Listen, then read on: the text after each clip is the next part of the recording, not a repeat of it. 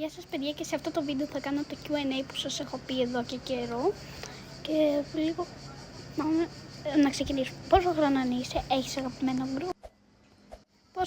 Πόσα Robux έχεις, ωραία στο μίμη του, έχεις κράσει, έχεις συγκεκριμένο φαν, αγαπάς τους φαν σου? Ποιο είναι το αγαπημένο σου φαγητό, αγαπημένο χρώμα, Roblox ή YouTube?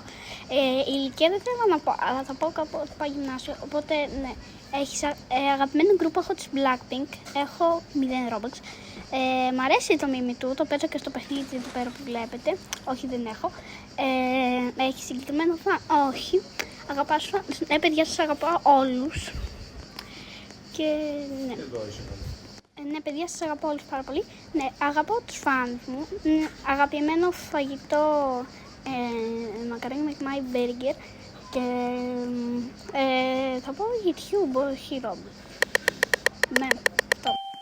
Ναι, και μετά είναι η επόμενη ερώτηση. Πόσες εγγραφές θα ήθελες να φτάσεις στο μέλλον? Θα ήθελα να φτάσω παιδιά 1000 εγγραφές. Μου φαίνονται πολλές. Η τελευταία ερώτηση.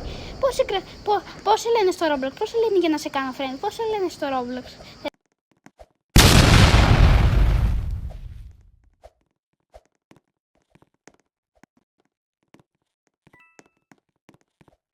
Και παιδιά, αυτό ήταν το Q&A, ελπίζω να σας άρεσε. Συγγνώμη που δεν σας έβαλα όλους, απλά ήσασταν πολλές ερωτήσεις και δεν σας έβαλα όλους.